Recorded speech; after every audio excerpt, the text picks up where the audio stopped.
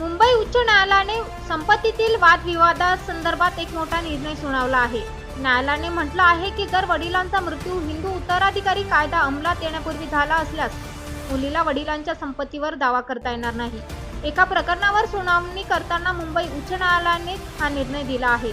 न्यायाधीश जितेंद्र जैन आणि ए. चंदूरकर यांच्या खंडपीठाने हा निर्णय दिला आहे. 2007 मध्ये या प्रकरणी कनिष्ठ न्यायालयाने वेगवेगळे निकाल दिल्यामुळे हे प्रकरण नंतर खंडपीठाकडे ट्रान्सफर करण्यात आलं होतं. मुलीचा पित्याच्या संपत्तीवर हक्क मिळू शकतो का याचा फैसला करण्यासाठी खंडपीठाकडे हे प्रकरण वर्ग करण्यात आलं होतं. मुलीच्या वकिलांनुसार हिंदू उत्तराधिकारी अधिनियम 1956 अंतर्गत मुलींनी देखील उत्तराधिकारी म्हणून हक्क मिळवायला पाहिजे.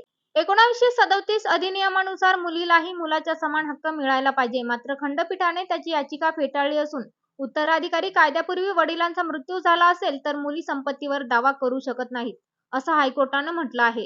17 जून 1956 रोजी हिंदू उत्तराधिकारी कायदा अंमलात आला. मात्र त्यापूर्वी जर वडिलांचा मृत्यू झाला असेल आणि त्यांच्या पश्चात त्यांची विधवा पत्नी असेल तर अशा स्थितीत मुलीला वारस हक्काने कोणतेही हक्क मिळणार नाहीत. वडिलांना मृत्यूपत्र केले नसेल तर मुलींना वडिलांच्या संपत्तीत समान वाटा मिळू शकतो. मात्र मृत्यूपत्र नसेल तर कायद्यातील ही तरतूद लागू होते, असं खंडपीठाने निकाल देताना स्पष्ट म्हटलं आहे.